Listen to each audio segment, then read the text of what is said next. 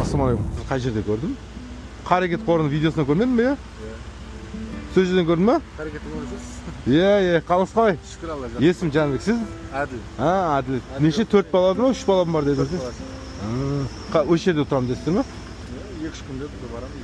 Жұмыс орнын осында қоясыз деп? Осы жерде қона берем деп кеше видеода көрдім, е?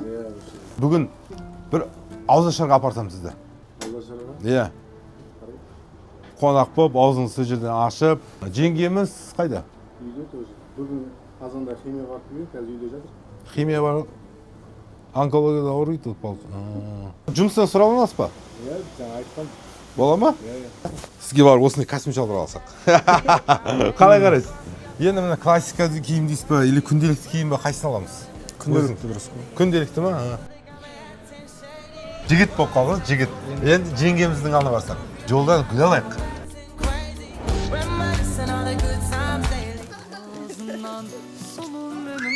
Ауызашарға, құдай қаласа аузымды ашсақ, бала-шағаңызды алыңыздар бәріне.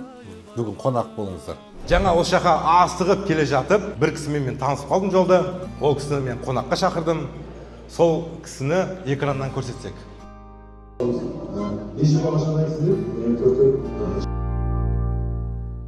Бірақ бұның бәрі жайдан жай емес. Аллахтың қалауымен қасиетті Рамазан айында сіздер баспаналы болыңыздар.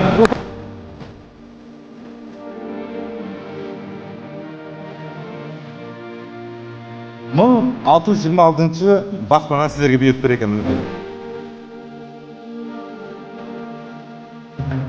Сіздердің жаңа баспаналарыңызды көрейік. Жаңа баспаналар болсын.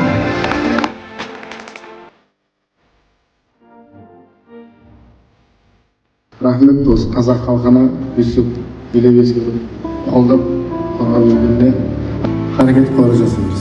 Қазақ қол не екенін білмеймін. Көп рахмет баршаңызға, халыққа, қарекет қорына үлкен алғысымды білдіремін. Біз қазақпыз ғой енді. Алғашқы байғазыңызды мен берейін деп шештім.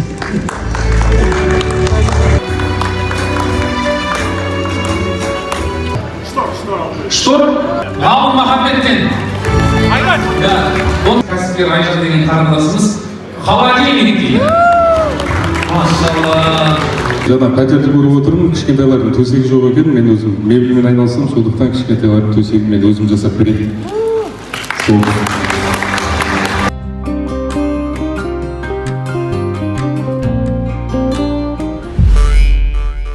Қарекет, халықтың қоры.